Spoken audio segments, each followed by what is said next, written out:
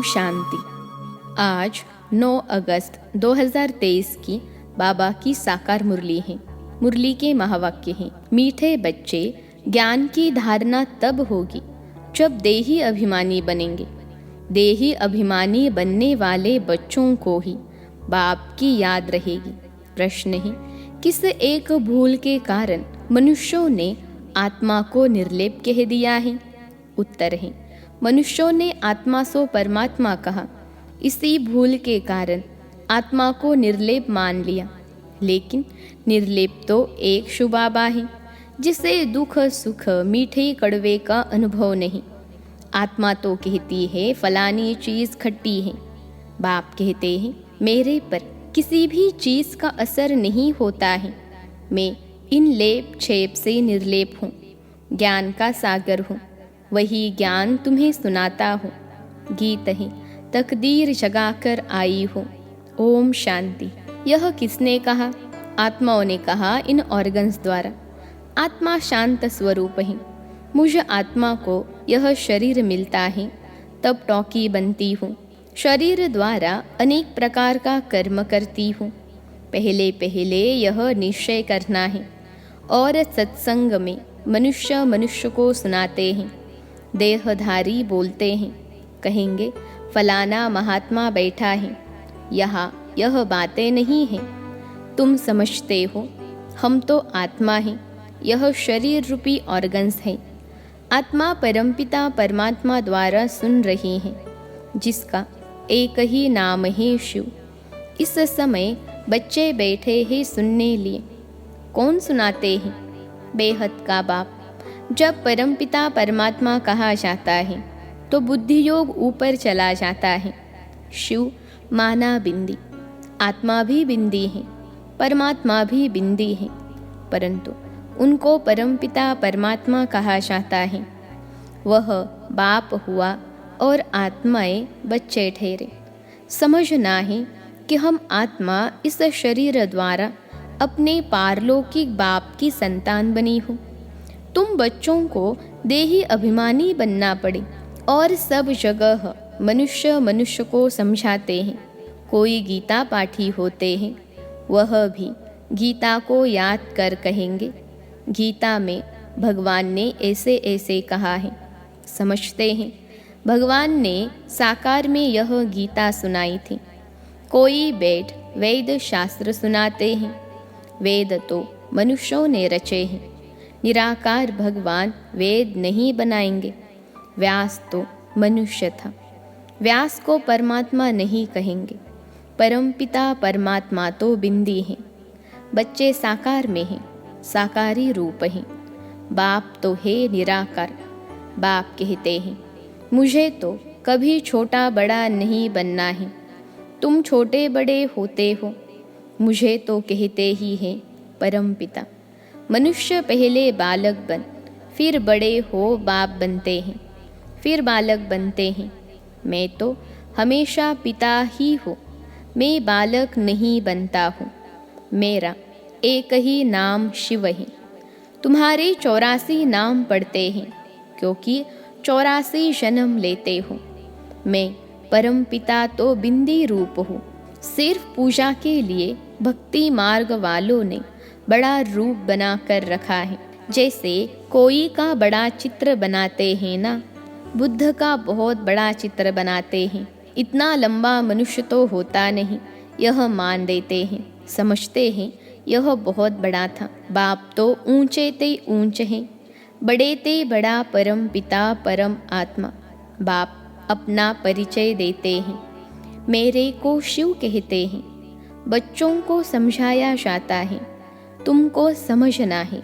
हम निराकार शिव बाबा के सम्मुख जाते हैं। मुझे तो हमेशा परमपिता परमात्मा ही कहेंगे। मनुष्य सृष्टि का बीज रूप हो। परम आत्मा बैठ समझाते हैं। आत्मा को ही नॉलेज है। गाते भी हैं परम पिता परम आत्मा, यानी परमात्मा। वह ज्ञान का सागर है। हमको ज्ञान सुना रहे हैं। पहले पहले आत्म अभिमानी होना चाहिए, देह अभिमानी नहीं बनना है। परंतु ड्रामा अनुसार तुमको देह अभिमानी बनना ही है। अब फिर बाप देही अभिमानी बनाते हैं। तुम सब बच्चे हो, यह भी बच्चा है। आत्मा परमपिता परमात्मा दादे से वर्षा लेती है। लौकिक संबंध में सिर्फ बच्चों को ही वर्षा मिलता है, कन्या को नहीं मिलता है। बेहद का बाप कहते हैं, तुम सब आत्माएं हो, तुम हर एक को हक है। तुम मुझ परमपिता परमात्मा के थे और हो। कहते हैं ना, ओ गॉड फादर, ओ परमपिता परमात्मा। महिमा करते हैं। कौन करते हैं? आत्मा। वह पारलौकिक फादर तो शरीर का है। यह है आत्माओं का बाप। आत्मा बुलाती है, ओ परमपिता परमात्मा। अविनाशी बाप को याद करते ही आए हैं, क्योंकि रावण राज्य में दुख ही दुख है। जब से रावण राज्य शुरू होता है, तब से याद करना शुरू होता है। याद तो बाप को ही करना है, क्योंकि वर्षा बाप से ही मिलता है। यहाँ तो मनुष्यों को बहुतों की याद रहती है। गुरु लोग एक की याद भुला देते हैं। अगर सर्वव्यापी है तो फिर गॉड व फादर किसको कहे? बाप घड़ी घड़ी कहते हैं, बच्चे देही अभिमानी बनो, उठते बैठते मुझ बाप को याद करो। समझो, हम श्रीमत पर चल रहे हैं। मैं आत्मा खा रही हूँ बाबा की याद में। याद से विकर्म विनाश होंगे। मंजिल है बड़ी भारी। योग कोई मासी का घर नहीं है। मनुष्यों ने तो बाप का नाम ही प्राय लोप कर दिया है। श्री कृष्ण तो बच्चा ठहरा। इतनी बड़ी प्रारब्ध जरूर बाप ने ही दी है। बाप समझाते हैं, देह सहित देह के सब धर्म भूल जाओ। यह नाम तो सब बाद में रखे गए हैं। तो यह समझना है कि परमपिता परमात्मा द्वारा हम यह नॉलेज पढ़ रहे हैं, और कोई ऐसे स्कूल नहीं है जहाँ समझे कि हम आत्मा हैं। तुम जानते हो, पहले सतो प्रधान थे, फिर सतो रजो तमो में आते हैं। खाद आत्मा में पड़ती है। मेरे में तो कोई खाद नहीं पड़ती। मैं एवर सच्चा सोना हूँ। तुम्हारी आत्माएं सब इस समय आयरन एजड बन गई हैं। मम्मा भी कहेगी, हमने शिव बाबा से जो सुना है वही सुनाते हैं। शिव बाबा तो खुद ज्ञान का सागर हैं। यह बड़ी समझ की बातें हैं। बरोबर हम बाबा के बने हैं। वह हमें पढ़ाते हैं। बाबा से पढ़कर हम जीवन मुक्त बनते हैं। जीवन मुक्त माना इस शरीर में तो आना है, परंतु सुख भोगना है। मुक्ति सबको मिलती है, परंतु जीवन मुक्ति में तो नंबरवार आते हैं। मुक्त तो सब आत्माएं होती हैं। दुख से आधा कल्प के लिए मुक्त कर देते हैं। कहते हैं, तुमको लिबरेट कर जीवन मुक्त बनाता हूँ। फिर कोई कितने जन्म लेते, कोई कितने जन्म लेते हैं। जीवन मुक्त तो सब बनते हैं। सद्गति दाता है ही एक। जो भी धर्म स्थापक हैं, सब पुनर्जन्म लेते लेते अब तमो प्रधान बने हैं। मैं आकर सबको इन दुखों से छुड़ाता हूँ, इसलिए मुझे लिबरेटर कहते हैं। मुक्ति जीवन मुक्ति दाता कहते हैं।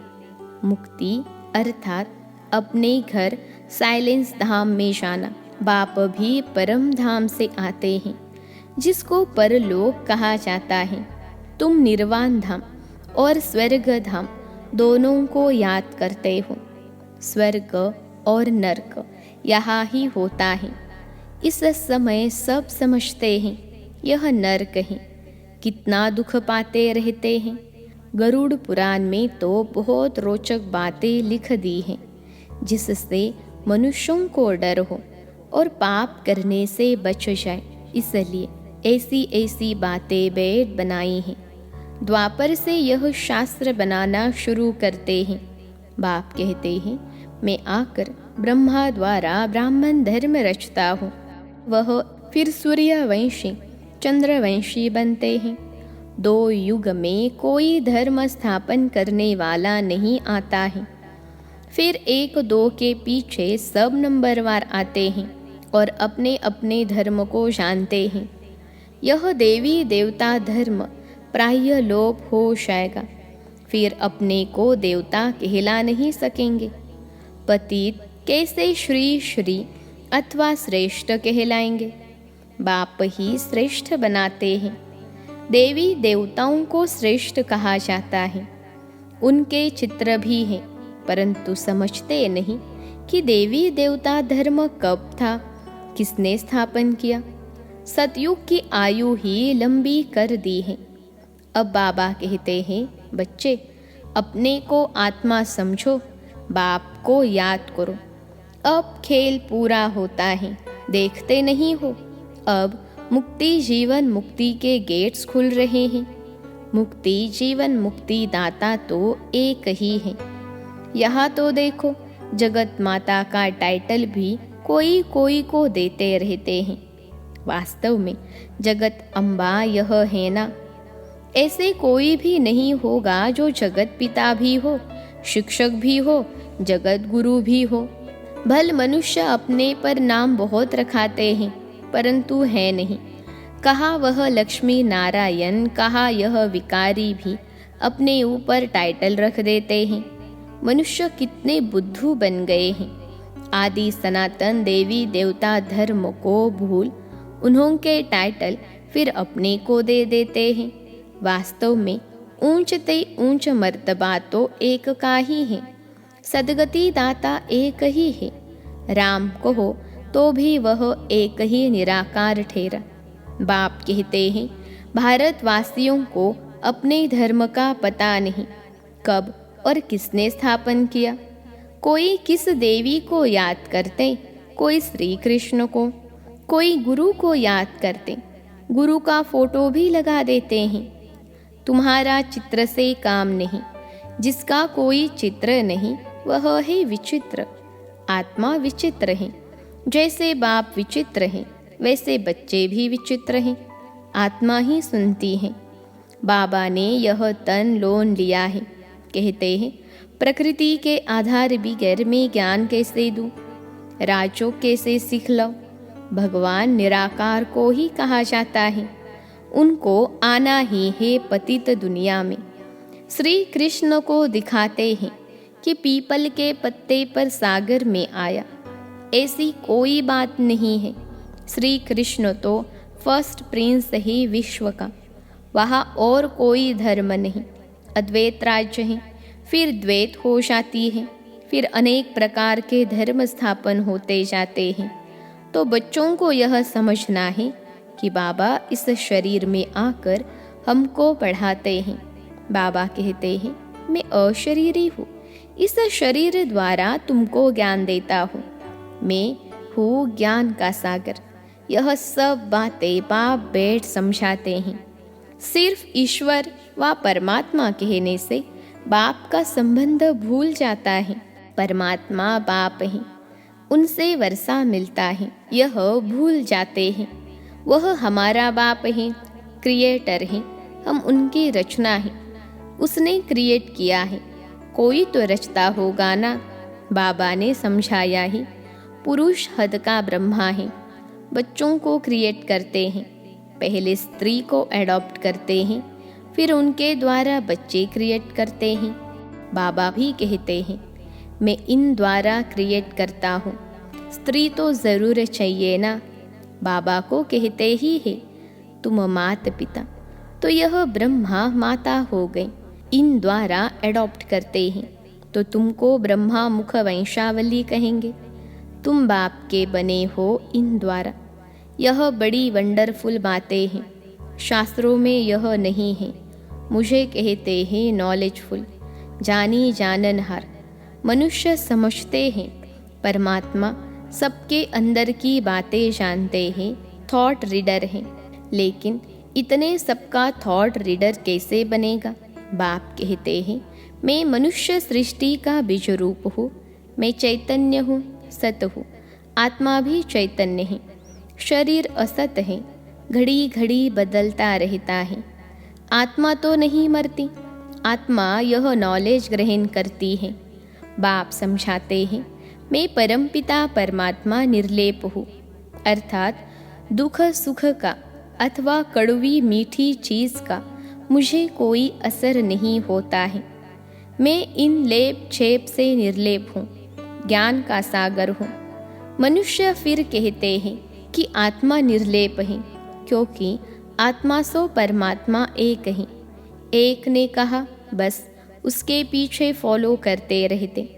बाप कहते हैं, मैं निर्लेप हूँ, मुझे कोई खट्टा खारा नहीं लगता। यह इनकी आत्मा कहती है, फलानी चीज़ खट्टी है। मेरे में सारी सृष्टि का ज्ञान है जो आत्माओं को पढ़ाता हूँ। तुम हर एक को समझना है। हम आत्मा परमपिता परमात्मा द्वारा सुन रहे हैं। यहाँ तो बरोबर भगवानुवाच है, निश्चय करना चाहिए। God creator is one. पहले पहले मुख्य बात है भारत की। भारत को अविनाशी खंड कहा जाता है। यह भारत है बर्थ प्लेस पतित पावन बाप का। यह बहुत ऊंच खंड है। यहाँ लक्ष्मी नारायण की राजधानी होगी। यह तुम जानते हो कि बाप फिर से देवी देवता धर्म की सैंपलिंग लगा रहे हैं। जो इस धर्म के होंगे वही आकर वर्षा लेंगे। इसको सैंपलिंग कहा जाता है। बाबा ने समझाया, देही अभिमानी बनना है। बाबा हमको पढ़ा रहे हैं।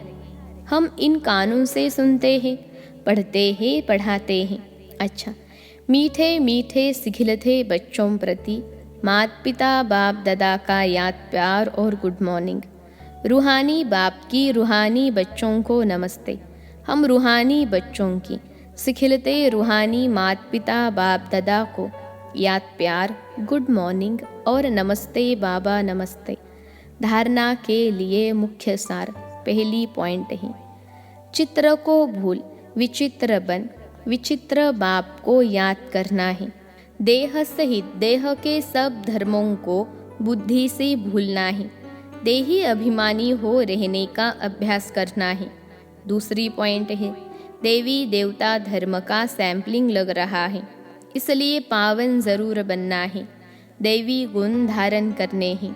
आज का वरदान है, अलौकिक जीवन की स्मृति द्वारा वृत्ति, स्मृति और दृष्टि का परिवर्तन करने वाले मर्जीवा भव। अलौकिक जीवन की स्मृति द्वारा वृत्ति, स्मृति और दृष्टि का परिवर्तन करने वाले मर्जीवा भव। विश्लेषण है, ब्राह्मण जीवन को अलौकिक जीवन कहते हैं। अलौकिक का अर्थ है इस लोक जैसे नहीं। दृष्टि, स्मृति और वृत्ति सब में परिवर्तन हो। सदा आत्मा भाई भाई की वृत्ति व भाई बहन की वृत्ति रहे। हम सब आपस में एक परिवार के हैं, यह वृत्ति रहे। और दृष्टि से भी आत्मा को देखो, शरीर को नहीं, तब कहेंगे मर्जीवा। ऐसी श्रेष्ठ जीवन मिल गई तो पुरानी जीवन याद आ नहीं सकती। आज का स्लोगन है, सदा शुद्ध फीलिंग में रहो तो अशुद्ध फीलिंग का फ्लू पास भी नहीं आ सकता। सदा शुद्ध फीलिंग में रहो तो अशुद्ध फीलिंग का फ्लू पास भी नहीं आ सकता। अच्छा, ओम शांति।